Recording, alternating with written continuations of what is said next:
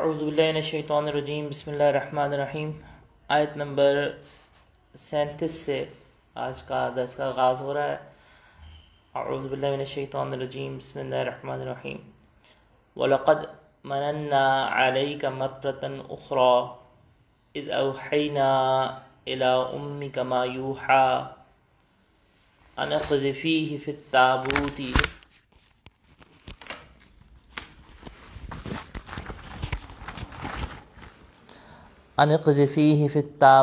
فاقذفيه في اليم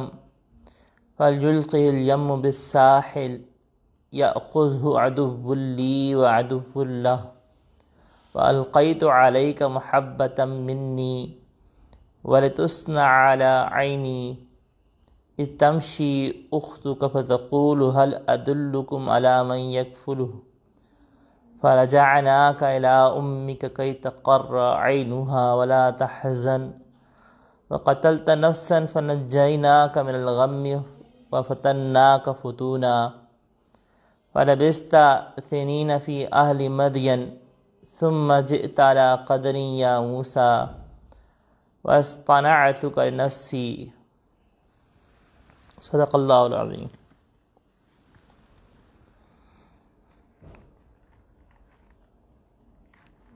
جو آیات مبارکہ پڑھی ہیں، ان آیات مبارکہ میں اردو میں استعمال ہونے والے الفاظ کو ہم دیکھتے ہیں کہ جن سے ہمیں ترجمے کو سمجھنا ذرا آسان ہو جائے۔ سب سے پہلے اوحینا الی ام کا لفظ ماں کے لیے، والدہ کے لیے استعمال ہوتا ہے۔ اس طرح سے اوحینا یہ وحی کرنے سے ہے، اور تابوت کا لفظ ہمارے اردو میں استعمال ہوتا ہے۔ ساحل کا لفظ ساحل کے معنی میں ہی استعمال ہوتا ہے، یہاں پر بھی وہی معنی ہے۔ اور عدو دشمن کو کہتے ہیں، یہاں پر اردو میں بھی ہمارے عدو کا لفظ استعمال ہوتا ہے دشمن کے لیے۔ محبت کا لفظ اردو میں بھی استعمال ہوتا ہے، یہاں پر بھی یہی وہی محبت کا لفظ ہے، اور اس کا اصل تلفظ جو ہے وہ محبت ہے، محبت نہیں، یہ محبت اصل تلفظ ہے اس کا۔ اسی طرح سے تصنع صنعت سے ہے، صنعت ہماری صنعت یعنی جو انڈسٹری کے لیے اردو میں لفظ یوز ہوتا ہے، اور صنعت کا لفظ عربی زبان میں کسی چیز کے بنانے کے لیے استعمال ہوتا ہے، کسی چیز کو تیار کرنے کے لیے استعمال ہوتا ہے۔ اور انڈسٹری کو بھی اردو میں صنعت جو آیا ہوا ہے وہ عربی ہی سے لفظ آیا ہوا ہے۔ عربی زبان میں اس کے لیے مصانع کا لفظ استعمال کیا جاتا ہے، کہ صاد کے ساتھ کہ جو انڈسٹریز ہوتی ہیں، فیکٹریز ہوتی ہیں، ان کے لیے مصانع کا لفظ استعمال کیا جاتا ہے کہ جہاں پہ چیزیں بنائی جاتی ہیں۔ تو تصنع صنع یہ اسی صنعت سے، کاریگری سے، بنانے سے ہے۔ عین کا لفظ آنکھ سے، نگاہ سے، اور تقول قول کہنے سے، اسی طرح سے من یکفل کفالت کرنے سے، فرجعنا کا رجوع لٹا دینا، کسی چیز کو لٹا دینا۔ کئی تقر عینھا، عین نگاہوں کو کہتے ہیں، تقر قرار سے ہے۔ وقتلت نفسا، قتلت نفسا قتل کرنا، کسی جان کو قتل کرنا۔ اور فنجینا کا، یہ نجینا نجات دینے سے، غم کا لفظ دیکھیے۔ اسی طرح سے فلبثت سنین فی اہل مدین، مدین کا جو لفظ ہے یہ پیچھے میں نے تذکرہ کیا تھا کہ مدین سے مراد جو ہے وہ اہل مدین حضرت اسحاق علیہ السلام کے بھائی مدین تھے، ان کی آگے نسل چلی، جہاں پہ حضرت شعیب علیہ السلام تھے، جہاں پہ حضرت موسیٰ علیہ السلام گئے۔ ترجمہ دیکھیے گا کہ وَلَقَدْ مَنَنَّا عَلَيْكَ مَرَّةً أُخْرَى، کہ بے شک ہم نے آپ پر احسان کیا، مرتن اخرى دوسری مرتبہ۔ اور یہ دوسری مرتبہ احسان کرنا کیا تھا کہ یعنی دوسری مرتبہ سے یہاں پہ جو اخرى مراد ہے، تو اخرى سے مراد خاص کوئی جو دیگر احسانات تھے اللہ جل شانہ نے ان کی طرف اشارہ فرمایا کہ ہم نے اس کے علاوہ بھی آپ پر اور دفعہ احسان کیا۔ اِذْ أَوْحَيْنَا إِلَىٰ أُمِّكَ، کہ جس وقت ہم نے وحی کی آپ کی والدہ کی طرف، ما یوحیٰ جو ہم نے وحی کی گئی، کہ ان اقذفیہ فی التابوت، کہ وہ ڈال دیں آپ کو تابوت میں، اس کو تابوت میں، فاقذفیہ فی الیم، اور موسیٰ علیہ السلام کو ڈال دیں اس تابوت سمیت نہر دریا میں، اصل میں تو یہ دریائے نیل تھا، لیکن دریائے نیل سے نکلنے والی ایک یہ نہر تھی جو کہ فرعون کے محل کی طرف جا رہی تھی۔ تو فقذفی فی الیم، تو اس کو ڈال دیجئے، فلیلقی الیم بالساحل،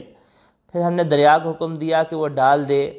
اس کو ساحل کی طرف، یأخذہ عدو لی، کہ لے لے اس کو میرا دشمن، وعدو لہ، اور اس کا دشمن، وَأَلْقَيْتُ عَلَيْكَ مَحَبَّةً مِّنِّي، اور میں نے ڈال دی آپ پر محبت منی، محبت خالص اپنی جانب سے، وَلِتُصْنَعَ عَلَىٰ عَيْنِي، تاکہ آپ کی پرورش کی جائے میری نگاہوں کے سامنے، اِذْ تَمْشِي أُخْتُكَ،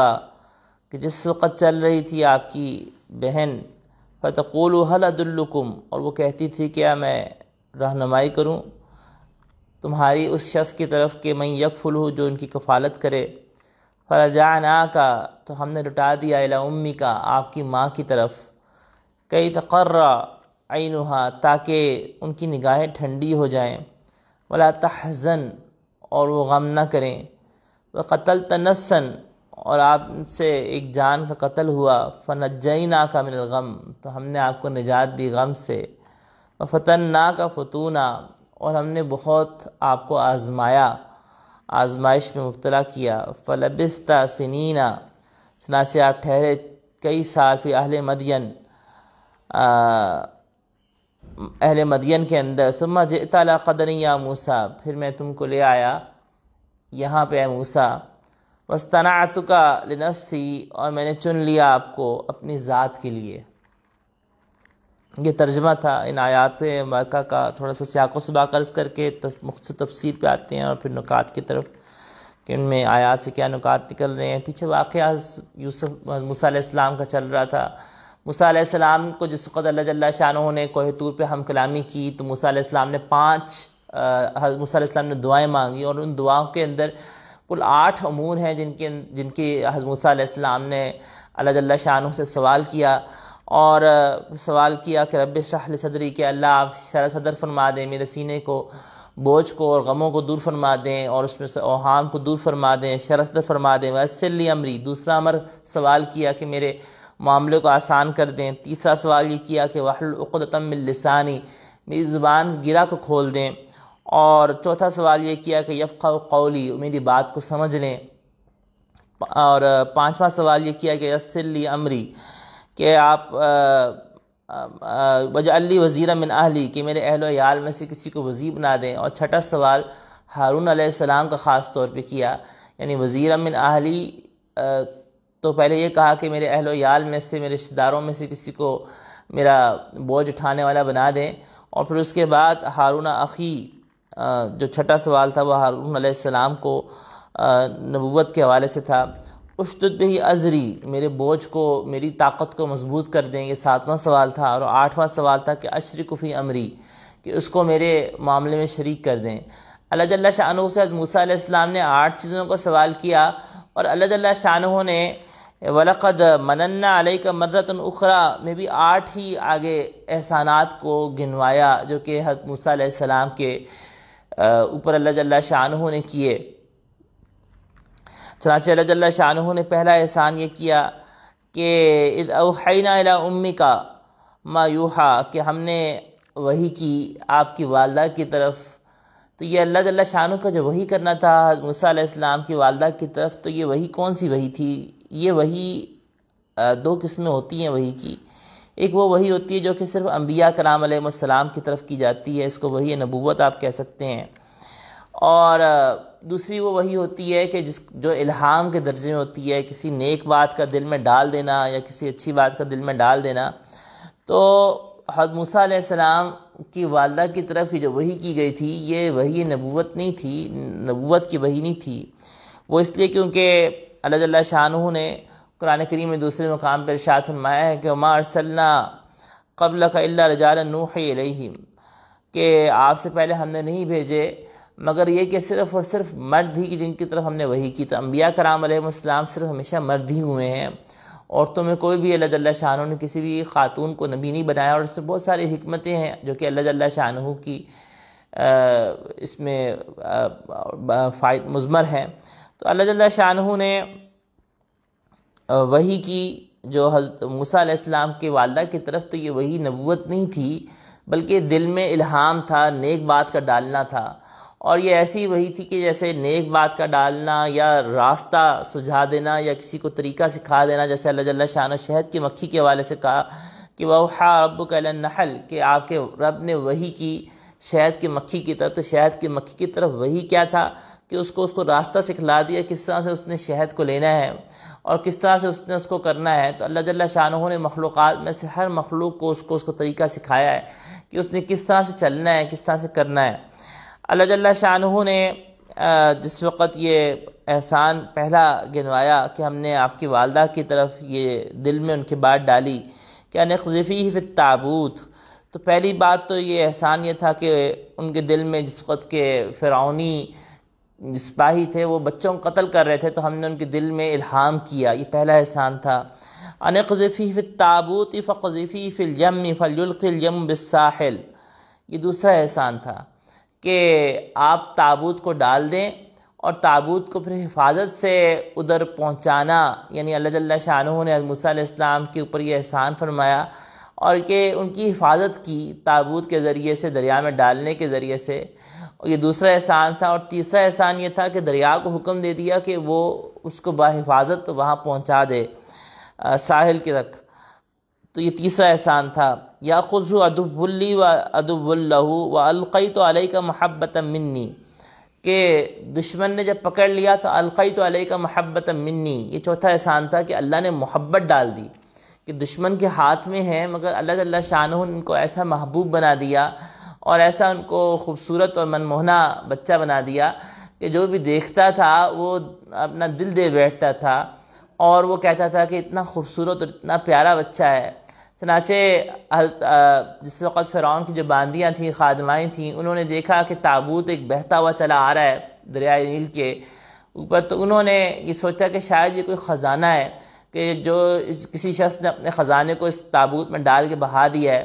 چنانچہ ان میں یہ بات ہوئی کہ خزانہ ہے اور ہم نے اس کو کھول لیا، تو جو ملکہ ہے وہ ہمیں ہمارے اوپر الزام نہ لگا دے کہیں تم نے کچھ چوری نہیں کیا، لہٰذا سب نے یہ مشورہ کیا آپس میں کہ ہم اس کو جو ملکہ ہے یعنی آسیہ رضی اللہ تعالیٰ عنہ ان کے سامنے جا کے کھولیں گے۔ چنانچہ ان سب نے حضرت آسیہ رضی اللہ تعالیٰ عنہ کے سامنے لے گئے، اور حضرت آسیہ رضی اللہ تعالیٰ کے سامنے جس کو لے گئے تو حضرت آسیہ رضی اللہ تعالیٰ کے سامنے جب لے گئے اور اللہ جل شانہ نے محبت ڈالی تو یہ اللہ کا احسان تھا۔ پھر اللہ جل شانہ نے یہ احسان فرمایا کہ جس وقت آسیہ رضی اللہ تعالیٰ عنہ نے اس کو کھولا تو آسیہ رضی اللہ تعالیٰ عنہ نے سورہ قصص کے اندر الفاظ آتے ہیں کہ فرمایا کہ قرۃ عین لی ولک، کہ یہ میری آنکھوں کی ٹھنڈک ہے، اور فرعون کو مخاطب کر کے کہا کہ تمہاری بھی آنکھوں کی ٹھنڈک ہے۔ ابھی آگے طویل حدیث آ رہی ہے کہ بیان کروں گا کہ عبداللہ ابن عباس رضی اللہ تعالیٰ عنہما سے فتناک ففتونا میں نسائی شریف میں طویل روایت منقول ہے، مرفوع روایت ہے، اور اس کے اندر یہ الفاظ عبداللہ ابن عباس رضی اللہ تعالیٰ عنہما نے ارشاد فرمائے کہ جس وقت آسیہ رضی اللہ تعالیٰ عنہ نے کہا کہ میری بھی آنکھوں کی ٹھنڈک ہے تمہارے لیے بھی، تو فرعون نے آگے سے جواب دیا کہ نہیں، یہ صرف تمہاری آنکھوں کی ٹھنڈک ہے، میری نہیں۔ تو حضرت عبداللہ ابن عباس رضی اللہ تعالیٰ عنہ نے فرمایا کہ اس وقت اگر فرعون یہ کہتا کہ ہاں میری بھی آنکھوں کی ٹھنڈک ہے تو اللہ اس فرعون کو بھی ایمان کی توفیق دے دیتا نبی یعنی ان سے محبت کے اظہار کے اندر۔ چنانچہ آسیہ رضی اللہ تعالیٰ نے کہا کہ قرۃ عین لی ولک، کہ یہ میری آنکھوں کی ٹھنڈک ہے۔ قرۃ العین آنکھوں کی ٹھنڈک کو کہتے ہیں کہ میری آنکھوں کی ٹھنڈک ہے اور آپ کی آنکھوں کے لیے ٹھنڈک ہے۔ لا تقتلوہ، آپ اس کو قتل نہ کریں۔ عسیٰ ان ینفعنا، ممکن ہے کہ یہ ہم کو نفع دے، اور نتخذہ ولدا، یا یہ کہ ہم اس کو بیٹا بنا لیں۔ تو اللہ جل شانہ نے یہ احسان کیا محبت کے ڈالنے کا۔ وَلْتُصْنَعَ عَلَىٰ عَيْنِي، پھر اللہ جل شانہ نے ان کی پرورش کی، تربیت کی اس محل کے اندر۔ یہ اللہ جل شانہ کا پانچواں احسان تھا، اور اللہ جل شانہ نے دشمن کے محل کے اندر ان کو پرورش کے اسباب پیدا فرما دیے۔ اور پھر اللہ جل شانہ نے جس کو پرورش کے اسباب فرما دیے تو حرمنا علیہ المراضع، کہ اللہ جل شانہ نے حرام کر دیا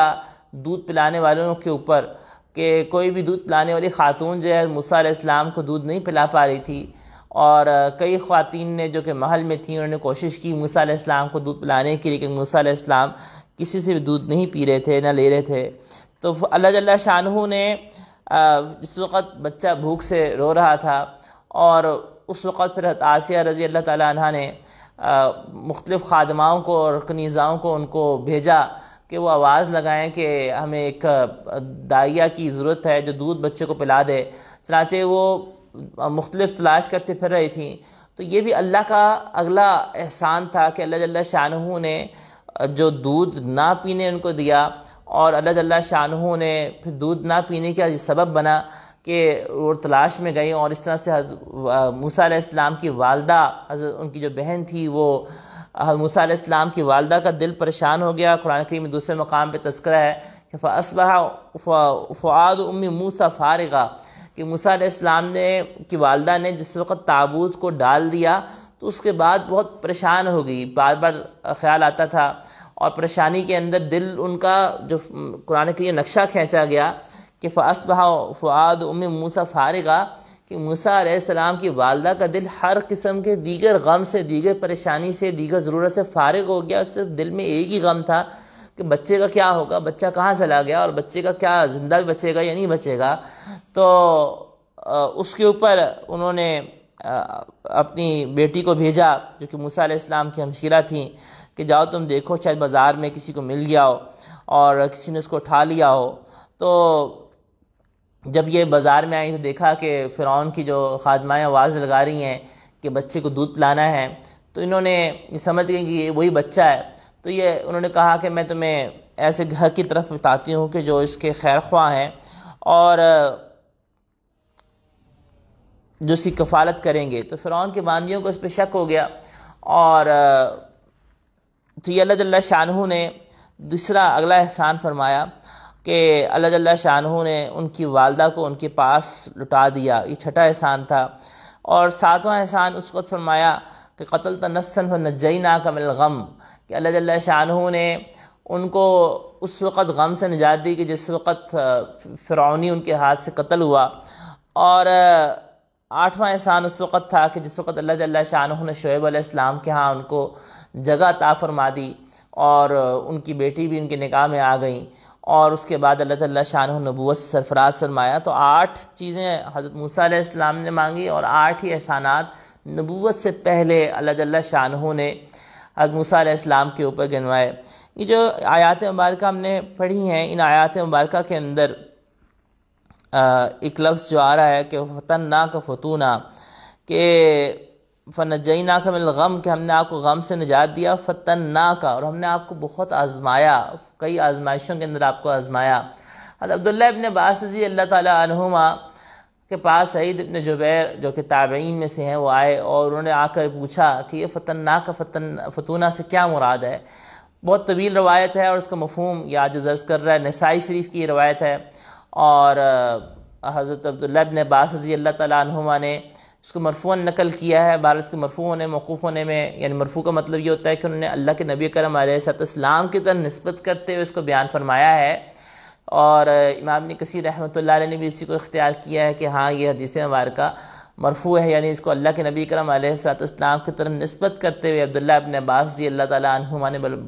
بیان فرمایا۔ یہ خود عبداللہ ابن عباس رضی اللہ تعالیٰ عنہما کا قول نہیں ہے،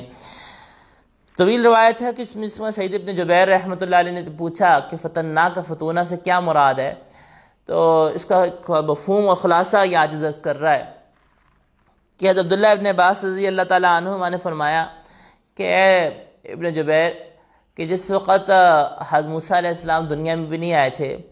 تو ایک دفعہ فرعون اپنے محل میں بیٹھا ہوا تھا اور اس نے تذکرہ کر رہا تھا،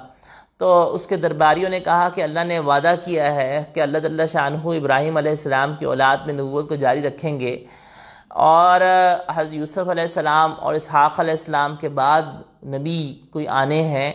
جو نبوت ابھی تک نہیں آئے، اور اس بنی اسرائیل والے اسی انتظار میں ہیں کہ کون سے نبی ان کے اندر آئیں گے۔ تو بنی اسرائیل کو اس وقت چونکہ غلام بنایا ہوا تھا فرعون نے، تو فرعون نے بے اختیار جب یہ سنا تو اس نے کہا، اس دل میں بات آئی کہ اچھا کہ جو بھی نبی آئیں گے وہ تو بنی اسرائیل کو غلامی سے نجات دے دیں گے، اور بنی اسرائیل جو ہیں وہ آزاد ہو جائیں گے۔ چنانچہ فرعون نے اپنے درباریوں سے مشورہ کیا، کاہنوں سے مشورہ کیا، تو ان سب نے کہا کہ اس کا حل یہ ہے کہ بنی اسرائیل کے اندر جو بھی بچہ پیدا ہو اس کو قتل کرنا شروع کر دیا جائے۔ چنانچہ فرعون نے یہ حکم دے دیا اور بچوں کو، جو بھی لڑکے تھے، ان کو قتل کرنا شروع ہو گئے۔ تو سعید ابن جبیر رحمۃ اللہ علیہ کو عبداللہ ابن عباس رضی اللہ تعالیٰ عنہما نے مخاطب ہو کر فرمایا کہ اے ابن جبیر، یہ پہلا فتنہ تھا، پہلی آزمائش تھی کہ ابھی موسیٰ علیہ السلام دنیا میں آئے بھی نہیں تھے اور ان کے قتل کا منصوبہ تیار ہوا تھا، ابھی اس وقت دنیا کے اندر انہوں نے قدم بھی نہیں رکھا تھا اور پہلے سے ہی قتل کا ایک بازار ان کے آنے سے پہلے ہی گرم ہوا تھا۔ یہ معاملہ چلتا رہا، کئی سال چلتا رہا۔ پھر اس کے بعد جب فرعونیوں نے دیکھا کہ اس طرح سے تو آگے آنے والی جو نسلیں ہیں وہ صرف اور صرف بوڑھے افراد پہ مشتمل رہ جائیں گی، عورتیں ہو جائیں گی، آگے ہمارے کام کون کرے گا؟ چنانچہ پھر یہ فیصلہ ہوا کہ 1 سال کے بچوں کو قتل کیا جائے اور 1 سال کے بچوں کو قتل نہ کیا جائے۔ جس سال بچوں کو قتل نہیں کیا گیا اس میں حضرت ہارون علیہ السلام تھے جو 1 سال بڑے تھے، وہ بچ گئے، اور جس سال میں قتل کیا جانا تھا اس سال میں حضرت موسیٰ علیہ السلام کی ولادت تھی۔ تو حضرت موسیٰ علیہ السلام کی اس ولادت کے اندر تو فرمایا کہ یہ پہلی آزمائش تھی کہ جس وقت ولادت ہوئی اور ولادت ہونے کے بعد حضرت موسیٰ علیہ السلام کی والدہ نے جب بچے کو دیکھا کہ بچے کے، اور اللہ جل شانہ ان کے دل میں یہ بات ڈالی، الہام کیا کہ آپ بچے کو تابوت میں ڈال دیں، ہم اس کو واپس آپ کے پاس لوٹائیں گے۔ تو حضرت موسیٰ علیہ السلام کی والدہ نے اس الہام کے اوپر بچے کو تابوت بند کر کے ڈال دیا اور اس کے ارد گرد موم وغیرہ لگا دی تابوت کے اوپر کہ پانی اندر نہ جائے، اور تابوت میں تو ڈال دیا، لیکن بعد میں چونکہ ماں تھیں اور ماں کی جو محبت ہوتی ہے وہ اللہ جل شانہ نے اس دنیا کے اندر جتنی مخلوقات ہیں ان میں مخلوقات میں سب سے زیادہ رحم اور محبت انبیاء کرام علیہ السلام کے دل میں ہوتی ہے۔ مخلوقات میں سب سے زیادہ محبت اور رحم انبیاء کرام علیہ السلام کے دلوں میں ہوتا ہے اپنی امت کے حوالے سے، اور اس کے بعد اللہ جل شانہ نے سب سے زیادہ رحم کسی کے دل میں رکھا ہے تو وہ ماں کی ہستی ہے۔ اللہ جل شانہ نے حضرت موسیٰ علیہ السلام کی والدہ کے اندر جو رحم اور محبت رکھی ہوئی تھی تو ماں نے اس کو ڈال تو دیا بچے کی جان کو بچانے کے لیے پانی کے اندر، لیکن آپ تھوڑی دیر کے لیے تصور کریں کہ تابوت بہہ کے نکل گیا تو حضرت موسیٰ علیہ السلام کی والدہ کچھ دیر کے بعد ان کو یہ خیال آنا شروع ہو گیا کہ اگر بچہ میرے پاس ہوتا تو چلو میرے آگے ذبح بھی ہو جاتا تو کم از کم تسلی تو ہوتی کہ یا پتہ چل جاتا کہ بھئی دنیا چلا گیا ہے، اب تو بچہ زندہ ہے یا مردہ ہے کچھ پتہ نہیں ہے اور پتہ نہیں کہ کس حال میں ہے۔ تو یہ چیز نے ان کو اور زیادہ بے چین کر دیا، جس کو قرآن کریم میں دوسری جگہ پہ یہ منظر کشی کی گئی کہ اصبح فؤاد ام موسیٰ فارغا، کہ صبح کے وقت میں یہ حالت ہو گئی تھی کہ موسیٰ علیہ السلام سب کچھ بھول گئی ہوئی تھیں۔ قرآن کریم کے اندر اس قدر فصاحت و بلاغت کے ساتھ موسیٰ علیہ السلام کی والدہ کی پریشانی کو بیان کیا گیا ہے کہ اس سے حسین الفاظ اور فصاحت و بلیغ الفاظ کوئی کسی زبان میں ممکن نہیں ہو سکتے کہ موسیٰ علیہ السلام کی والدہ پریشانی میں اس حال میں ہے کہ وہ کھانا بھی بھول گئی ہیں، وہ پینا بھی بھول گئی ہیں، ان کو کسی چیز کا ہوش نہیں ہے، کسی چیز کا ہوش نہیں ہے، اور ان کا دل ہر چیز سے خالی ہو چکا ہوا ہے۔ صرف اور صرف بات دل میں ایک ہے تو وہ یہی کہ موسیٰ علیہ السلام کا کیا بنا اور تابوت جو میں نے ڈال دیا تھا اس کا کیا ہوا۔ تو اس کو قرآن کریم نے اس قدر خوبصورت الفاظ میں بیان فرمایا کہ موسیٰ علیہ السلام کی والدہ کا دل فارغ ہو گیا تھا، یعنی ہر قسم کی دیگر پریشانیوں سے فارغ ہو گیا تھا اور دل میں صرف ایک ہی غم تھا۔ تو وہ جو غم اور پریشانی ان کے دل میں تھی موسیٰ علیہ السلام کی والدہ کے اندر کہ موسیٰ علیہ السلام کا کیا بنا، اور موسیٰ علیہ السلام اسی پریشانی کے اندر انہوں نے اپنی بیٹی کو بھیجا۔ ادھر دوسری طرف یہ تابوت بہتا بہتا اللہ جل شانہ نے جو حکم دیا دریا کو، تو یہ دریا کو حکم دینا یہ براہ راست حکم تھا کیونکہ اللہ خالق ہے تمام کائنات کا، تمام مخلوقات کا، اور اللہ جل شانہ نے قرآن کریم میں دوسری جگہ پہ ارشاد فرمایا کہ ہر چیز اللہ کی تصویر بیان فرماتی ہے، تو ہر چیز کے اندر ایک زندگی ہے اگر ہم اس کا شعور نہیں کر سکتے، ہر پتھروں کے اندر بھی ایک زندگی ہے جس کا شعور ہم نہیں کر سکتے، اللہ جل شانہ کی مخلوق ہے، اللہ نے پیدا فرمایا، تو اللہ نے حکم دیا دریا کو، اور دریا اللہ ہی کے تابع ہے حکم کے کہ تم نے اس تابوت کو ڈبونا نہیں ہے اور اس کو بہاتے ہوئے فرعون کے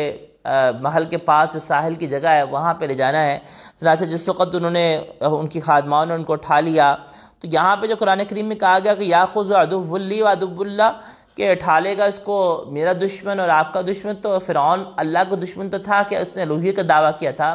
موسیٰ علیہ السلام کو دشمن اس لحاظ سے تھا کہ وہ بچوں کو قتل کرنے کے درپے تھا، اور اس لحاظ سے بھی کہ آگے چل کے اس نے دشمن بن جانا تھا، اور اس لحاظ سے ارشاد فرمایا گیا کہ القیت علیک محبت منی، اللہ جل شانہ نے جس وقت جو ان کے اندر محبت ڈال دی، اور جس کی تفسیر عبداللہ ابن عباس رضی اللہ تعالیٰ عنہما نے یہ فرمائی کہ اللہ جل شانہ نے ان کو محبت اور جاذب نظر ایسا بنا دیا تھا کہ جو کوئی بھی اس بچے کو دیکھتا وہ اپنا دل دے بیٹھتا اور اس بچے کا گرویدہ ہو جاتا تھا۔ چنانچہ جس وقت آسیہ رضی اللہ تعالیٰ کے پاس لے کے گئے اور آسیہ رضی اللہ تعالیٰ عنہ نے اس کو اپنا بیٹا بنانے کا اعلان فرمایا اور سوچا، تو اس وقت جو فرعونی سپاہی تھے وہ آگے چھریاں لے گئے کہ ہم اس کو ذبح کریں گے۔ تو حضرت عبداللہ ابن عباس رضی اللہ تعالیٰ عنہما نے سعید ابن جبیر رحمۃ اللہ علیہ کو مخاطب کر کے کہا کہ اے ابن جبیر، یہ دوسری آزمائش تھی، دوسری دفعہ آزمانا تھا کہ جو حضرت موسیٰ علیہ السلام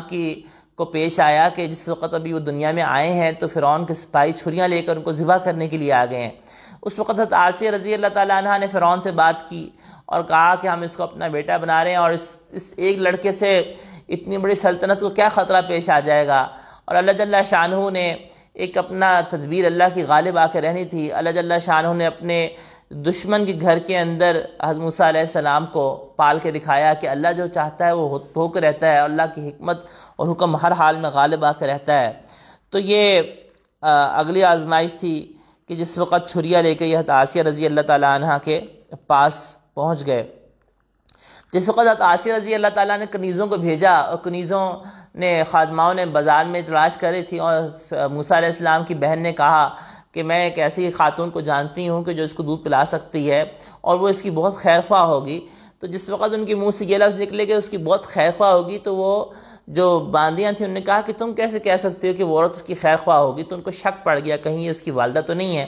تو حضرت عبداللہ ابن عباس رضی اللہ تعالیٰ عنہما نے فرمایا کہ اے ابن جبیر، یہ تیسری آزمائش تھی کہ جس وقت ان کی خادماؤں کو یہ شک پڑ گیا کہ کہیں یہ ان کی والدہ تو نہیں ہے، تو اس وقت پھر ہلاکت کا اندیشہ آ گیا۔ تو حضرت موسیٰ علیہ السلام کی جو ہمشیرہ تھیں انہوں نے بات کو سنبھالا اور انہوں نے کہا کہ میں نے تو اس لحاظ سے کہا ہے کہ ہمیں جو محل سے منافع ملیں گے، جو مراعات ملیں گی، تو اس مراعات کی وجہ سے ہم تو بڑے مخلص ہو کر اس کو کام کریں گے، کیونکہ یہ ایک دربار کا معاملہ ہے، بادشاہ کا معاملہ ہے۔ تو وہ خواتین جو ہے مطمئن ہو گئی۔ جس وقت دودھ کو پلایا گیا اور اس وقت حضرت موسیٰ علیہ السلام چھوٹے تھے اور ابھی فرعون کی گود میں بیٹھے ہوئے تھے، اور اس کے بعد کچھ مدت گزر گئی اور جیسے بچہ چلنے کے قابل ہو جاتا ہے، جیسے 1 سال کا بچہ ہو جاتا ہے، تو اس وقت یہ اگلی آزمائش کا مرحلہ آیا کہ حضرت موسیٰ علیہ السلام نے فرعون کی داڑھی کے بالوں کو کھینچا اور جھٹکا دیا اور دربار میں سب کچھ ایسا کیا۔ تو اس وقت درباری بول پڑے کہ اے بادشاہ، ہم نہیں کہتے تھے کہ بنی اسرائیل کے اندر ایک لڑکا آئے گا جو آپ کی بادشاہت کو ختم کر دے گا؟ یہ وہی لڑکا ہے، دیکھیں آپ کی داڑھی کو کھینچ رہا ہے۔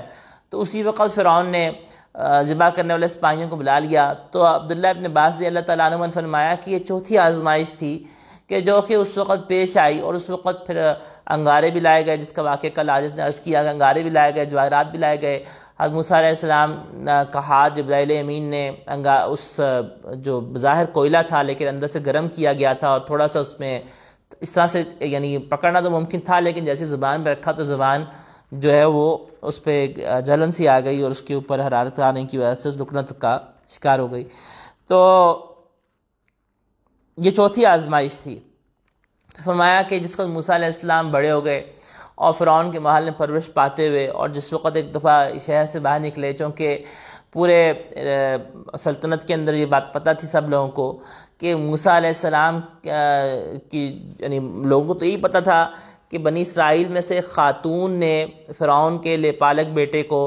منہ بولے بیٹے کو، جس کو حضرت آسیہ رضی اللہ تعالیٰ عنہ نے بیٹا بنایا ہے، تو حضرت آسیہ رضی اللہ تعالیٰ عنہ کے اس بیٹے کو دودھ جو ہے وہ بنی اسرائیل کے اندر سے خاتون نے پلایا ہے۔ تو اس کی وجہ سے جو یہ فرعونی سپاہی تھے، انہوں نے ظلم و ستم کرنا کم کر دیا تھا اس رعایت کے اندر کہ بنی اسرائیل کی طرف سے دودھ پلایا گیا ہے۔ چنانچہ ایک دفعہ حضرت موسیٰ علیہ السلام جس وقت بڑے ہوئے، اور یہ روایت میں الفاظ آتے ہیں کہ اس وقت حضرت موسیٰ علیہ السلام کی عمر 12 سال تھی جس وقت یہ واقعہ پیش آیا، یعنی 12 سال کی عمر میں تھی، مگر بہت جوان، بہت قوی تھے۔ تو حضرت موسیٰ علیہ السلام گزر رہے تھے، اور اس وقت ایک بنی اسرائیل اور ایک فرعونی کا یعنی فرعون کے لشکر کے ایک سپاہی کا جھگڑا ہو رہا تھا، بنی اسرائیل کے بندے نے مدد مانگی، حضرت موسیٰ علیہ السلام نے مکہ مارا تو وہ فرعونی مر گیا۔ اب یہ فرعونی کا جو مرنا تھا اس کے اوپر ایک تھوڑا سا بات یہاں پہ، چونکہ یہاں پہ آیت میں تذکرہ یہاں پہ آ گیا، قتلت نفسا فنجیناک، کہ جان کا جو قتل ہے وہ تو بہت کبیرہ گناہ ہے اور بڑا گناہ ہے، تو حضرت موسیٰ علیہ السلام سے یہ جو گناہ، یہ تو گناہ بن رہا ہے۔ تو انبیاء کرام علیہ السلام تو معصوم ہوتے ہیں، انبیاء کرام علیہ السلام سے قبل نبوت بھی اللہ جل شانہ ان کی حفاظت فرماتے ہیں۔ اس کا جواب یہ ہے کہ اصل میں بنیادی طور پر یہ جو فرعونی سپاہی تھا اس کی مثال اس حربی کافر کی تھی کہ جس کی جنگ چھڑی ہوئی ہے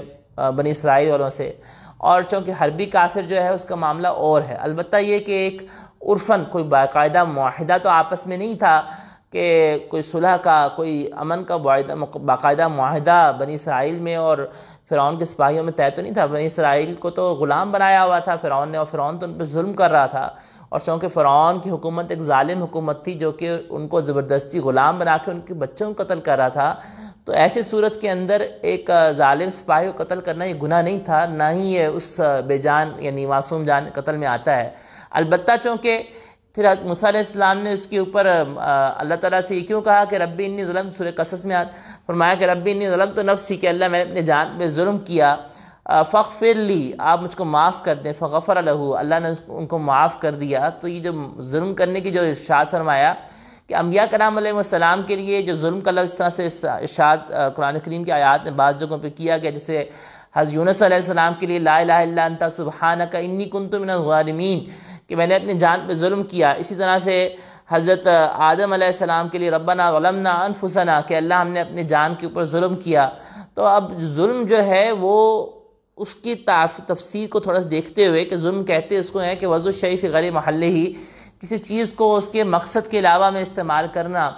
تو یہ ظلم ہوتا ہے۔ لیکن انبیاء کرام علیہ السلام معصوم ہوتے ہیں، ان سے تو کوئی کبیرہ گناہ نہیں ہو سکتا، نہ صغیرہ گناہ ہو سکتا ہے، نہ سہون، نہ خطاً، نہ بھول کے، نہ جان کے، اور اللہ جل شانہ ان کی حفاظت فرماتے ہیں۔ تو اس کی یہاں پہ کیا وجہ تھی؟ بعض رات نے یہ جواب دیا کہ یہ تو قبل نبوت کا واقعہ تھا، نبوت سے پہلے کا واقعہ تھا، اور نبوت کے بعد انبیاء کرام علیہ السلام کو عصمت حاصل ہوتی ہے، اور یہ نبوت سے پہلے کا واقعہ تھا۔ لیکن اس میں سب سے بہتر جواب وہ یہی ہے کہ جو انبیاء کرام علیہ السلام کا یہ جو ظلم کا لفظ استعمال کرنا تھا، یہ بہت غایت خشیت کی وجہ سے تھا، بہت غایت قرب کی وجہ سے تھا، کہ وہ یہ حقیقت میں گناہ نہیں تھے۔ حضرت آدم علیہ السلام کا بھول کر کھا لینا یہ گناہ نہیں تھا، اور نہ ہی حضرت یونس علیہ السلام کا اس طرح سے اپنی قوم سے نکل جانا یہ گناہ تھا۔ انہوں نے اجتہاد فرمایا تھا، اور عام طور پہ اللہ جل شانہ کا طریقہ یہی تھا کہ جب کسی قوم کے حوالے سے عذاب کا فیصلہ ہوتا ہے تو انبیاء کرام علیہ السلام کو وہاں سے نکل جانے کا حکم ہوتا ہے، مگر یونس علیہ السلام نے اجتہاد یہ فرمایا کہ یہ وہی آئی نہیں تھی، تو انہوں نے اجتہاد فرمایا کہ جب عذاب کا فیصلہ ہو چکا ہے تو میں یہاں سے نکل جاؤں۔ تو یہ ایک اجتہادی خطا تھی، اور اجتہادی خطا جو ہے وہ گناہ نہیں ہوتی۔ بالکل اسی طرح سے حضرت موسیٰ علیہ السلام نے بھی ایک اجتہاد یہ فرمایا، اور اس اجتہاد کیا کہ انہوں نے اس کو یہی سمجھا، گمان کیا کہ یہ شخص ایک ظالم ہے، اور ایک ظالم سپاہی کے حوالے سے، اور ان کا قصد اس کو مارنے کا نہیں تھا، ان کا قصد جو ہے وہ صرف اور صرف اس کو دھمکانے کا تھا، جبکہ یہ ایک حربی کافر تھا جو کہ ظلم کر رہا تھا بنی اسرائیل کے اوپر، تو اس کا مارنا جو ہے وہ گناہ نہیں تھا، اور نہ ہی ایک کے درجے میں آتا تھا۔ پھر حضرت موسیٰ علیہ السلام کے اوپر جو خشیت طاری ہوئی، اور جو انہوں نے اللہ سے معافی مانگی کہ ربی انی ظلمت نفسی فاغفر لی، وہ اس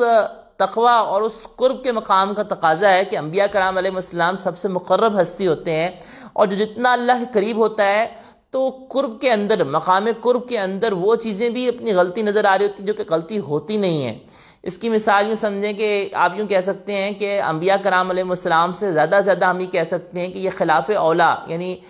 کسی خلاف اولا کا ارتکاب کے اوپر انہوں نے اپنے اوپر ظلم کا لفظ استعمال کیا، یا اسی طرح سے ذم کا لفظ استعمال کیا گیا سورہ فتح کے اندر، انا فتحنا لک فتحا مبینا لیغفر لک اللہ ما تقدم من ذنبک۔ تو نبی کریم علیہ السلام کے لیے وہاں پہ جو ذم کا لفظ، گناہ کا لفظ استعمال کیا گیا، تو اس سے مراد کوئی گناہ نہیں تھا، بلکہ یہ کیا تھا کہ انبیاء کرام علیہ السلام اپنے غایت قرب کی وجہ سے اپنی نیکیوں کو بھی اس درجے میں سمجھ رہے ہوتے ہیں کہ جیسے ہی ہم سے خطا ہوئی ہے۔ اس کی مثال یوں سمجھیں کہ جب کوئی شخص جتنا قرب میں جاتا ہے تو میں ایک عام سے مثال دیتا ہوں کہ جیسے عربی زبان کا ایک مقولہ ہے کہ حسنات الابرار سیئات المقربین، کہ نیک لوگوں کی جو نیکیاں ہوتی ہیں سیئات المقربین، مقربین کے ہاں وہ گناہ شمار ہو رہے ہوتے ہیں۔ اس کی مثال یہ سمجھیں کہ ایک شخص ایسا ہے کہ جو کہ میں ایک حصی مثال دے کے سمجھانا چاہوں گا کہ ایک شخص ایسا ہے کہ جو کہ تہجد کے اندر روزانہ اس کا معمول ہے کہ وہ 8 رکعت نفل پڑھتا ہے۔ اب چونکہ اس کا روزانہ 8 رکعت نفل پڑھنے کا معمول ہے، اس کا اللہ کے ساتھ ایک معاملہ ہے کہ روزانہ تہجد میں اٹھتا ہے اور 8 رکعت نفل پڑھتا ہے۔ اب یہ اللہ کا ایک نیک بندہ ہے، اب کسی دن اس نے اٹھا اور اٹھنے کے بعد اس نے 8 کی بجائے 4 رکعت نفل پڑھ لی، تو 4 رکعت نفل پڑھنا کوئی گناہ نہیں ہے، ہرگز گناہ نہیں ہے۔ اس نے 4 رکعت نفل پڑھے تو یہ بھی باعث اجر ہی چیز تھی، اور یہ بھی اٹھنے کے بعد اللہ کے آگے 4 رکعت نفل پڑھنا، یہ اللہ کے آگے کھڑا ہونا تھا اور باعث ثواب اس کے لیے بنا۔ اس کے برعکس ایک وہ شخص ہے کہ جو تہجد بالکل بھی نہیں پڑھتا، اور اس نے کسی رات میں اٹھ کے اس نے نوافل کی نیت باندھی اور اس کو تہجد پڑھنے کی بالکل بھی عادت نہیں ہے، اور اس نے کسی رات میں اٹھا اور 4 رکعت نفل پڑھ لیے۔ اب بظاہر عمل دونوں کا ایک ہے، اب اس شخص کے لیے جو کہ عام آدمی ہے اس کے لیے تو یہ نیکی شمار ہوگا کہ بھئی اس کو عام عادت نہیں تھی، لیکن جو مقربین ہیں ان کے حق میں یہ تھا کہ 8 نفل پڑھ رہے تھے اور 8 نفل پڑھنے سے یہ 4 نفل میں آئے، اگرچہ یہ 4 نفل پڑھنا کوئی گناہ نہیں تھا، ہرگز گناہ نہیں تھا، نہ یہ خلاف اولا تھا، نہ یہ ناپسندیدہ تھا۔ تو اس کو تعبیر کیا جاتا ہے حسنات الابرار سیئات المقربین، کہ نیک لوگوں کی نیکیاں اور جو ہیں وہ مقربین کے گناہ شمار ہو رہے ہوتے ہیں، یعنی باوجہ غایت قرب کے وہ اب اللہ جل شانہ کی اس غایت خشیت کی وجہ سے، اللہ کے قرب کے تعلق کی وجہ سے وہ اس کے اوپر گناہ کا اطلاق کر رہے ہیں، حقیقت میں گناہ نہیں ہوتا۔ جیسے مجدد الفسانی رحمۃ اللہ علیہ وہ فرماتے ہیں کہ جب سے گزشتہ 15 سال سے فرماتے ہیں قسم کھا کے کہ میرا جو داہنا فرشتہ ہے اس نے میری ایک بھی نیکی نہیں لکھی، تو اور جو میرا بایاں فرشتہ ہے اس نے میرے گناہ لکھ لکھ کے سیاہ کر دی ہیں۔ تو جب جتنا اللہ کے ہاں قرب بڑھتا ہے اتنا انسان کی نگاہ اپنی نیکیوں سے ہٹتی ہے، اور ان کو اپنی نیکیاں بھی جو ہیں وہ کمی نظر آتی ہیں۔ جیسے کہ کائنات میں سب سے زیادہ تعریف اللہ کی، اللہ کے نبی کرم علیہ السلام نے بیان فرمائی ہے۔ آپ علیہ السلام سے زیادہ اللہ کی حمد کسی نے نہ بیان کی نہ کرے گا، اور قیامت کے دن بھی حدیث مبارکہ میں آتے ہیں کہ جس وقت تمام لوگ آئیں گے اور آقا علیہ السلام سے شفاعت کی درخواست کریں گے، تو نبی کرم علیہ السلام سجدے میں جائیں گے اور اللہ کی ایسی حمد بیان فرمائیں گے کہ جیسی حمد آج تک مخلوقات میں سے کسی نے نہیں بیان فرمائی۔ تو یہ حمد جو اللہ کی آپ علیہ السلام بیان فرمائیں گے، اس کے باوجود آپ دیکھیں کہ آپ علیہ السلام کائنات میں سب سے زیادہ احمد ہیں۔ احمد کا مطلب کیا ہوتا ہے؟ سب سے زیادہ اللہ کی تعریف کرنے والا۔ تو آپ علیہ السلام احمد ہیں، محمد ہیں، محمد وہ جن کی تعریف کی گئی ہے۔ تو اللہ نے اپنے حبیب علیہ السلام کی تعریف کی، اور آپ علیہ السلام احمد ہیں، کائنات میں سب سے زیادہ اللہ کی حمد کو بیان کرنے والے ہیں، اللہ کی تعریف کو بیان کرنے والے ہیں۔ لیکن اس کے باوجود آپ علیہ السلام کی مصنون دعاؤں میں یہ الفاظ ہیں کہ اللہم لک الحمد کلہ ولک الشکر کلہ، کہ اللہ تمام تعریفیں آپ کے لیے ہیں، تمام شکر آپ کے لیے ہیں۔ اللہم لا احصی ثناء علیک انت کما اثنیت علی نفسک، کہ اللہ میں آپ کی تعریف کا احاطہ نہیں کر سکتا جس طرح سے آپ نے اپنی تعریف کا احاطہ کیا۔ تو یہاں پہ یہ جو اعتراف کمی کا آ رہا ہے، یہی اعتراف تو دلیل ہے قرب کا، کہ جتنے مقربین ہوتے ہیں ان کے اندر یہی تو ہوتی ہے بات۔ تو اسی پس منظر کے اندر موسیٰ علیہ السلام نے یہ کہا کہ ربی انی ظلمت نفسی، کہ اللہ میں نے اپنی جان کے اوپر ظلم کیا، جس کا تذکرہ دوسرے مقام پہ کیا گیا۔ اللہ جل شانہ نے جس وقت حضرت موسیٰ علیہ السلام کو یہ آزمائش 5ویں آزمائش تھی کہ جب فرعون کے سپاہی ان کے تلاش میں نکلے، اور جب اگلے دن دوبارہ اسی طرح سے معاملہ ہوا، اسی بنی اسرائیل کے بندے کا جھگڑا دوبارہ ایک اور فرعونی سپاہی سے ہوا، اس نے اسی طرح سے مدد کو مانگا۔ موسیٰ علیہ السلام نے اس کی مدد کے لیے ہاتھ بڑھایا، مگر اس کو سمجھانے کے لیے، الگ کرنے کے لیے ہاتھ اس کی طرف کیا تاکہ اس کو پیچھے کر دیں، اور وہ سمجھا کہ مجھے قتل کرنے لگے ہیں۔ تو اس نے کہہ دیا کہ کیا تم مجھے قتل کرنے لگے ہو جس طرح سے آپ نے کل قتل کیا تھا؟ تو جس وقت یہ جملہ اس فرعونی نے سنا تو اس نے بتا دیا جا کے فرعون کو کہ جس قاتل کی تلاش میں آپ ہیں وہ تو خود موسیٰ علیہ السلام ہیں۔ چنانچہ اس وقت نہر کے شہر کے کونے سے آدمی آئے اور جو کہ خیر خواہ تھے موسیٰ علیہ السلام کے، انہوں نے آ کے خبر دی۔ تو یہ 5ویں آزمائش تھی کہ جس وقت فرعون کے سپاہی ان کی تلاش میں نکلے اور موسیٰ علیہ السلام کو وہاں سے نکلنا پڑا۔ یہ فتناک فتونہ میں 5ویں آزمائش تھی۔ اس کے بعد اللہ جل شانہ نے جو ان کی تربیت فرمائی، اور پھر شعیب علیہ السلام کے ہاں وہ چلے گئے. جس وقت کہ وہاں سے نکلے تو اس وقت ان کے سامنے کوئی راستہ نہیں تھا، کوئی منزل نہیں تھی، اور وہ وہاں سے جا رہے تھے، اور جاتے ہوئے وقت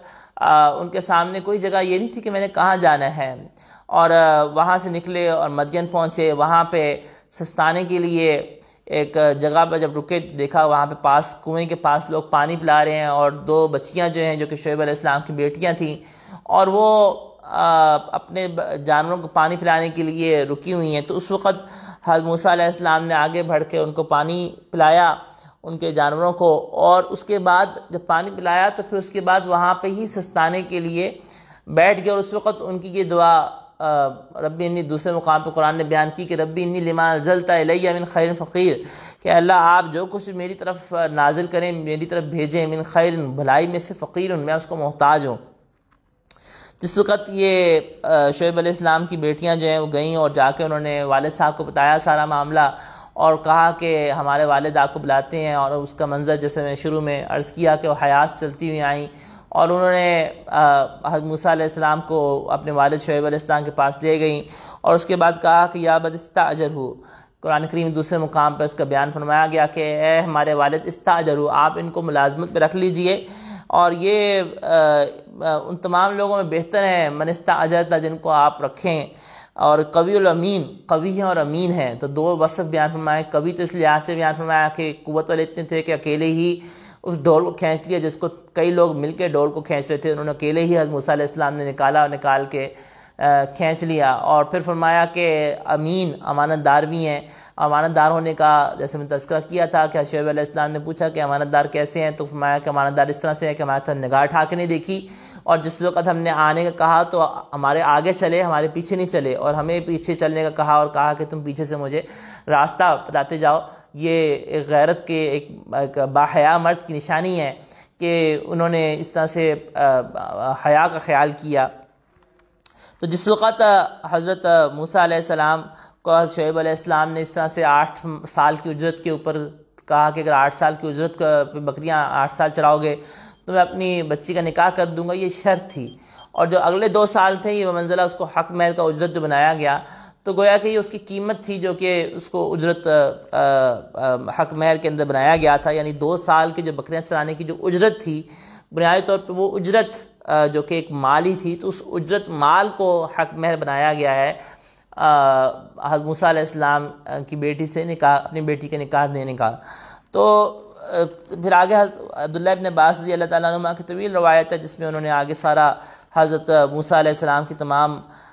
واقعات کو بیان فرمایا. اور چونکہ وہ آگے سورہ طٰہٰ کے اندر بھی آگے تفصیل سے آ رہے ہیں کہ کس طرح سے نبوت ملنے کے بعد بادشاہ کے پاس گئے، کس طرح جادوگروں کا مقابلہ ہوا، اور سارا کچھ ابھی آگے آیات میں آ رہا ہے. تو اپنے اپنے جگہ پہ انشاءاللہ کم تذکرہ کریں گے. ابھی ان آیات مبارکہ کے اندر جو نکات ہیں، ان نکات کی طرف ہم آتے ہیں. ان جو آیات ابھی ہم نے آج پڑھی ہیں، ان میں کیا کیا نکات ہیں اور کیا کیا باتیں ہیں کہ جن میں ہمارے لیے نصیحت کی چیزیں موجود ہیں. سب سے پہلے یہ ہے کہ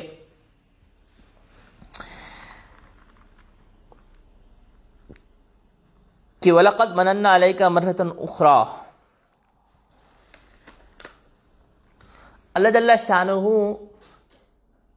خالق ہے، مالک ہے، اور اس کائنات کے اندر صرف اللہ ہی کے احسانات ہم پر ہیں. اور احسانات اللہ کی نعمتوں کے ہمارے دنیا میں پیدا ہونے سے پہلے ہی ہمارے طرف متوجہ ہیں، اور مرنے تک ہر گھڑی ہر لمحہ اللہ کی نعمتیں مسلسل ہماری طرف متوجہ ہیں. لیکن انسان ناشکرا ہے. انسان کو نہیں پتہ کہ یہ خود ہوا اتنی بڑی نعمت ہے، یہ آنکھوں کا جھپکنا اتنی بڑی نعمت ہے، یہ سانس کا لے لینا اتنی بڑی نعمت ہے، یہ کھانے کا معدے میں چلے جانا اتنی بڑی نعمت ہے، پیاس سے، پانی سے پیاس کا بجھ جانا یہ اللہ کی اتنی بڑی نعمت ہے. تو ان سب نعمتوں کا اگر احساس کرنا تو ان لوگوں سے پوچھیں جن سے یہ نعمتیں نہیں ہوتی ہیں، ان سے آپ پوچھیں تو آپ کو نعمت کی قدر حاصل ہوگی کہ کتنی بڑی نعمت ہے. تو اللہ کی نعمتوں کا تذکرہ کرنا یہ اللہ کی محبت پیدا اور بڑھانے کا سبب ہے. اللہ کی نعمتوں کا تذکرہ کرنا، اللہ جل شانہ نے اپنی نعمتوں کو جو گنوایا حضرت موسیٰ علیہ السلام پہ، تو یہ اپنی اس محبت اور اپنے تعارف کے لیے، معرفت کے لیے بیان فرمایا. تو اللہ کی معرفت اور اللہ کا تعارف اور اللہ کی محبت جو ہے وہ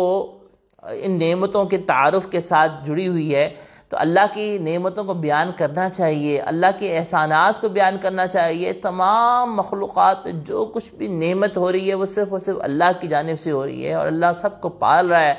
اور اللہ ساری مخلوقات کو، اللہ جل شانہ تن تنہا، اللہ کے ساتھ کوئی شریک نہیں ہے، اور اللہ تن تنہا سب مخلوقات کو پال رہا ہے۔ اگلا نقطہ دیکھیے گا کہ جب کوئی امت ضعیف ہو جاتی ہے، کمزور ہو جاتی ہے، تو وہ امت اس قابل نہیں رہتی کہ وہ اپنا حق وصول کر سکے، نہ دین کا حق نہ دنیا کا حق۔ یہ ایک فطرت ہے۔ بنی اسرائیل کمزور تھے،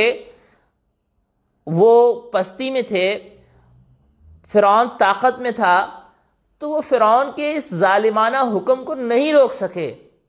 کہ فرعون نے حکم دیا کہ بچوں کو قتل کرتے جاؤ، تو وہ تو بے بس ہوئے ہیں۔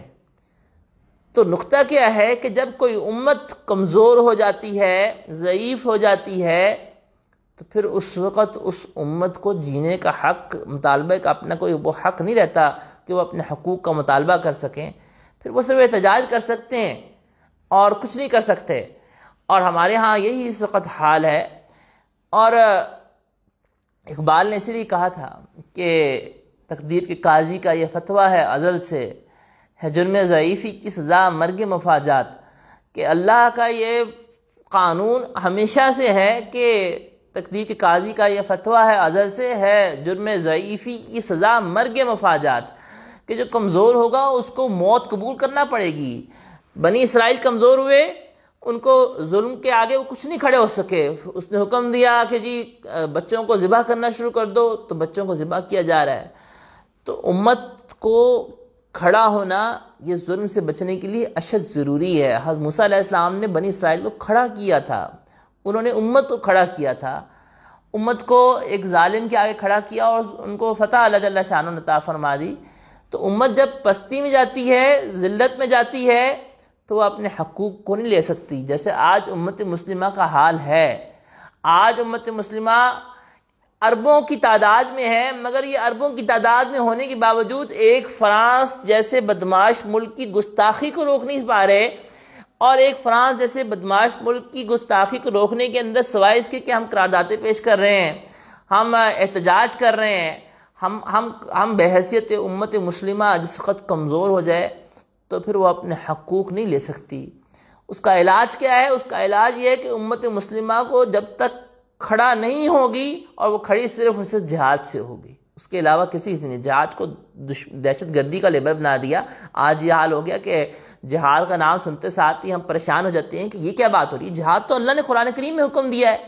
ہم کیسے نکال سکتے ہیں؟ حدیث مبارکہ میں حکم ہے۔ اور جہاد کے لیے سب سے اولین کون ہے؟ ہماری پاکستان کی فوج، ہماری جو پاک فوج ہے، یہ سب سے پہلے مجاہدین ہیں، یہ سب سے پہلے مجاہدین ہیں جو کہ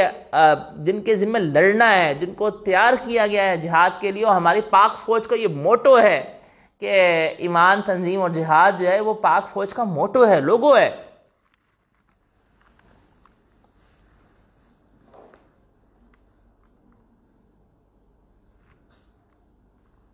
تو امت مسلمہ کو جب تک یہ پستی کا شکار ہے، یہ صرف اور صرف احتجاج ہی کرتی رہے گی۔ اگلا نقطہ دیکھیے گا کہ خوف جو ہے وہ منافی نہیں ہے۔ خوف کا آنا، غم کا آنا، پریشانی ہونا، یہ نہ صبر کے منافی ہے، نہ مقام نبوت کے منافی ہے۔ موسیٰ علیہ السلام ڈر گئے تھے جس وقت لاٹھی سانپ میں تبدیل ہوئی۔ حضرت موسیٰ علیہ السلام کی والدہ غم میں مبتلا ہو گئی جس وقت ڈالا، حالانکہ اللہ جل شانہ کے دل میں ایک الہام کیا کہ آپ کی طرف ہم لوٹا دیں گے، اور اللہ کا وعدہ سچ ہے، لیکن اس کے باوجود وہ ماں تھیں، ایک طبعی طور پہ غمگین ہو گئی۔ تو اللہ کے وعدہ بالکل سچ ہے، لیکن اس کے باوجود انسان کو غم کا لاحق ہو جانا، پریشانی کا لاحق ہو جانا، یہ ایک امر طبعی ہے، یہ توکل کے بھی خلاف نہیں ہے۔ اگلا نقطہ دیکھیے گا کہ اللہ کی نعمتوں سے یہ بہت بڑی نعمت ہے کہ اللہ جل شانہ انسان کو کسی آزمائش میں اس کے دل کو جما دیں، اس کے دل کو قرار دے دیں، یہ اللہ کی بہت بڑی نعمت ہے۔ اللہ جل شانہ نے جس وقت کے بچوں کو قتل کیا جا رہا تھا، موسیٰ علیہ السلام کی والدہ کے دل کو جما دیا اور ان کو تسلی دی۔ وہ بعد میں دوبارہ گھبرا گئے کہ بچہ پتہ نہیں واپس آتا ہے یا نہیں آتا، یہاں تک کہ بچہ ان کے پاس واپس خود آ گیا۔ تو تو اللہ جل شانہ کی یہ بہت بڑی نعمت ہے کہ اللہ جل شانہ دل میں آزمائش کے اندر، گھبراہٹ کے اندر، پریشانی میں سکون پیدا فرما دیں. یہ اللہ کی بہت بڑی نعمت ہے. اور اللہ جل شانہ یہ نعمت اہل ایمان کو ایمان اور اعمال صالح عطا فرماتا ہے کہ وہ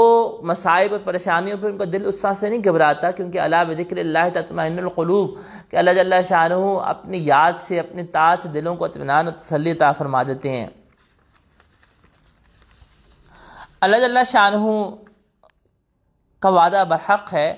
مگر اس کے ساتھ اگلا نقطہ دیکھیے گا کہ اللہ کا وعدہ جو ہے وہ برحق ہے،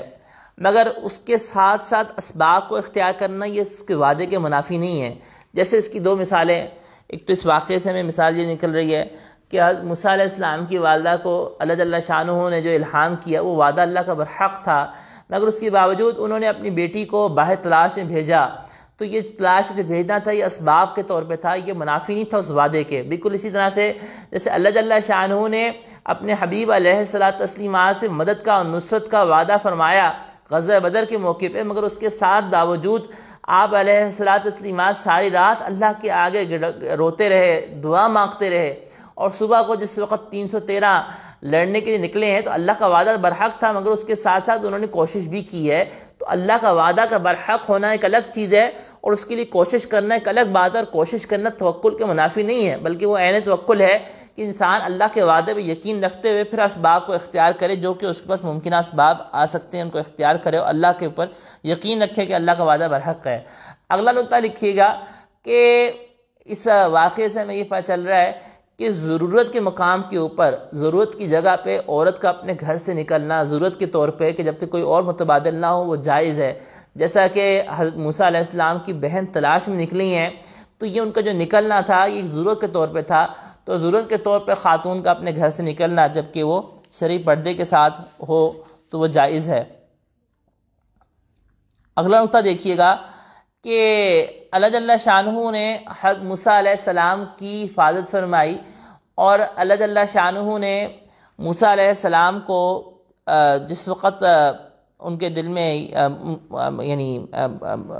فرعون کی جو خادمائیں ان کے پاس گئیں اور اللہ جل شانہ نے ارشاد فرمایا کہ القیت علیک محبۃ منی، کہ میں نے اپنی جانب سے محبت ڈالی. تو اس میں نقطہ کیا ہے کہ اللہ اپنے نیک بندوں کی بھی محبت لوگوں کے دلوں میں ڈال دیتے ہیں. آپ یہ دیکھیں کہ آج کتنے سال گزر چکے ہوئے ہیں، ہم انبیاء کرام علیہ السلام کا کس قدر محبت سے تذکرہ کرتے ہیں، ہم صحابہ کرام رضوان اللہ علیہم اجمعین کا تذکرہ کتنی محبت سے کرتے ہیں، ان کی خاطر جان دینے کو تیار ہو جاتے ہیں. ہم اللہ کے جو نیک بندے دنیا سے گزرے ہیں ہم ان کا محبت سے، عظمت سے ایک نام لیتے ہیں. شیخ عبدالقادر جیلانی ہیں، خواجہ معین الدین چشتی رحمۃ اللہ علیہ ہیں، خواجہ نقشبند بخاری رحمۃ اللہ علیہ ہیں، یہ جتنے مشائخ اولیاء گزرے ہیں، حضرت مجدد الفسانی رحمۃ اللہ علیہ، آج بھی ہم ان کا نام لیتے ہیں، سننے والے کے دل میں ایک ان کے محبت اور احترام آ جاتا ہے. یہ محبت کس نے دل میں ڈالی ہے؟ یہ اللہ نے ڈالی ہے. اور اس کا تذکرہ حدیث مبارکہ میں جیسے فرمایا گیا کہ جس وقت میرا بندہ سب سے زیادہ قرب جو ہے وہ فرائض سے پاتا ہے، یعنی فرائض کو انجام ادا کرنے سے وہ میرا قرب پاتا ہے، اور پھر اس کے بعد نوافل کی ادائیگی سے، اور پھر ایک مقام آتا ہے کہ اللہ جل شانہ فرماتے ہیں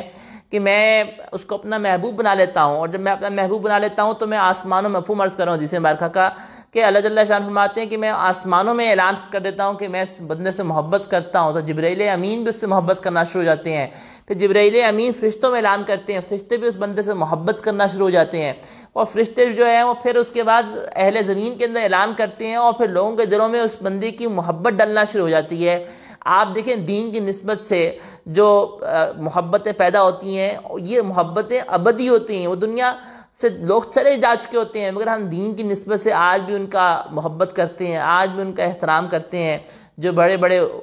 مشائخ دنیا سے چلے گئے، بڑے بڑے علماء، فقہاء، مفسرین، امام ابو حنیفہ رحمۃ اللہ علیہ، امام شافعی رحمۃ اللہ علیہ، یہ وہ ہستیاں ہیں کہ آج بھی ہم محبت سے ان کا نام لیتے ہیں. امام مالک رحمۃ اللہ علیہ، ان کا نام محبت سے لیتے ہیں، ادب سے لیتے ہیں، احترام سے لیتے ہیں کہ یہ محبت کس نے ڈالی ہے؟ اللہ نے ڈالی ہے، اور یہ ڈالی کس وجہ سے؟ دین کی وجہ سے ڈالی ہے. تو اللہ جل شانہ نے یہ اللہ کا ایک وعدہ ہے کہ جو شخص بھی دین کے اوپر، ایمان کے اوپر، تقوی کے اوپر، اعمال صالح پہ چلے گا، اللہ اس کی محبت لوگوں کے دلوں میں ڈال دیں گے،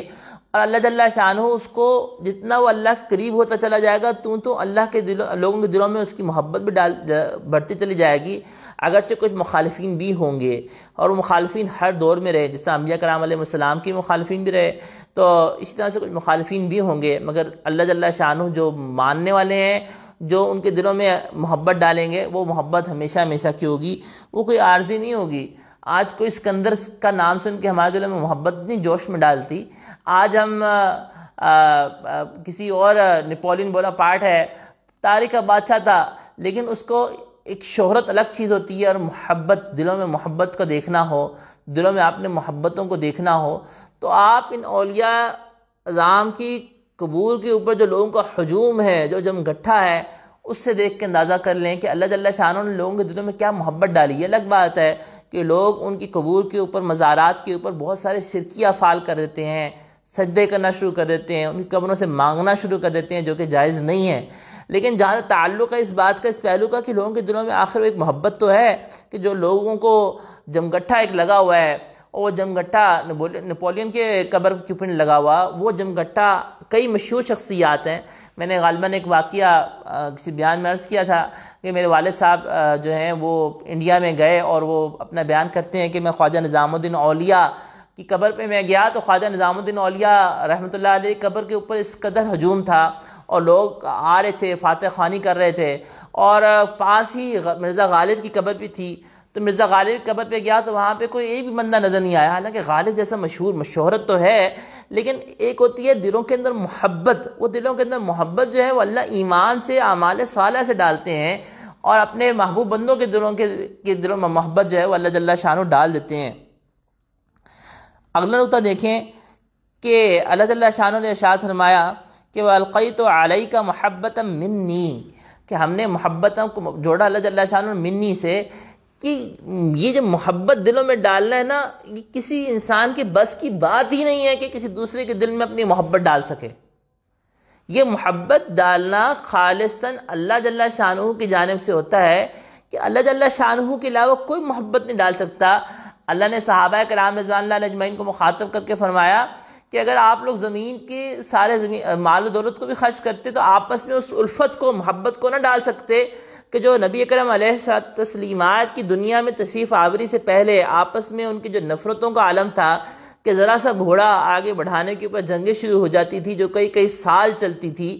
آپس میں نفرت کا اتنا عالم تھا، دل ایک دوسرے سے دور دور تھے، لیکن اسلام کی وجہ سے اللہ جل شانہ نے آپس میں دلوں کو اس طرح سے مضبوط کر دیا، آپس میں محبت اس طرح سے ڈال دی کہ جس وقت مواخات کا وقت آیا تو انصار مدینہ جو ہیں وہ اپنی ہر چیز کو لے کر آ گئے کہ ہم اپنے بھائیوں کے لیے یہ پیش کرتے ہیں، حتیٰ کہ کسی کی 2 بیویاں تھیں تو اس نے کہا میں اپنی ایک بیوی کو طلاق دے دیتا ہوں کہ یہ ان سے نکاح کر لیں، کہ ان کو کوئی نکاح کرنے کے لیے کوئی خاتون نہیں ہے، تو میں اپنی 2 بیویوں میں سے ایک بیوی کو طلاق دے کے ان کے نکاح میں دے دیتا ہوں۔ اتنی اس حد تک مواخات کا معاملہ کیا گیا، اپنے مالوں کو پیش کر دیا گیا، اپنے کاروباروں کو پیش کر دیا گیا، کہ جو ہمارے مہاجر بھائی ہیں یہ ان کے لیے، ان مہاجروں کے لیے اپنے مالوں کو پیش کر دیا گیا۔ تو اللہ جل شانہ نے یہ محبت صحابہ کرام رضوان اللہ علیہ اجمعین کے دلوں میں جو ڈالی، یہ محبت خالصتاً اللہ ہی نے ڈالی۔ لیکن ایک ساتھ ساتھ عرض کرتا چلا جاؤں کہ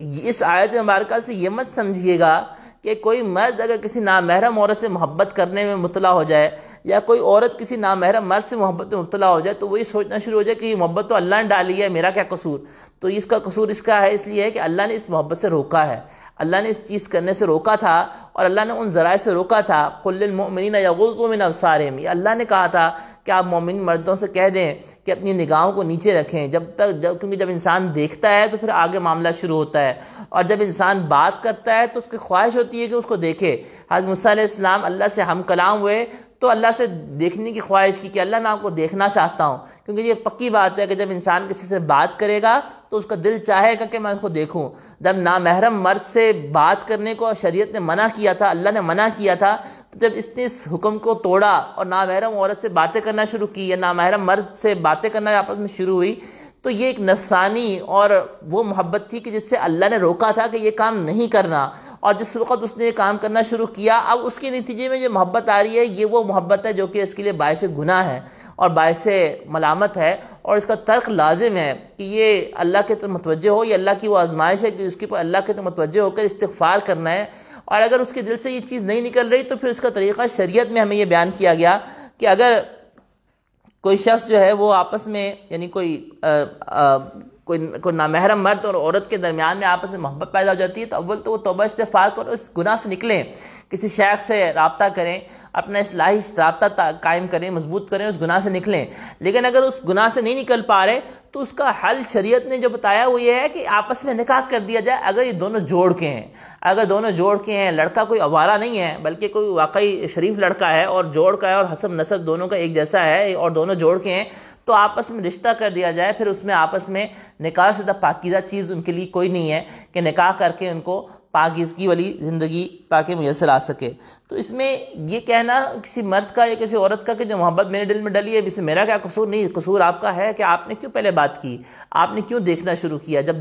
بات کرنا شروع کی تو آگے آپ دیکھنے کی خواہش کریں گے، جب دیکھیں گے تو آگے اور معاملات چلتے جائیں گے اور انسان گناہ کی طرف بڑھتا چلا جائے گا۔ چنانچہ یہ زبان کا زنا ہے، یہ کان کا زنا ہے کہ نامحرم سے اس طرح سے باتیں کرنا اور لطف اندوز ہونا، یہ کان کا زنا ہے،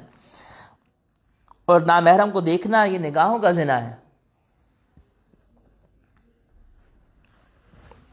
ہمارا ٹائم پورا ہو گیا، ابھی نکات کافی زیادہ رہتے ہیں، کافی زیادہ نکات رہتے ہیں ان آیات کے اندر۔ انشاءاللہ کل بقیہ نکات کا جو ہے تذکرہ کل انشاءاللہ کریں گے، اور کل انشاءاللہ آگے درس کا چلے گا۔ وآخر دعوانا الحمدللہ رب العالمین۔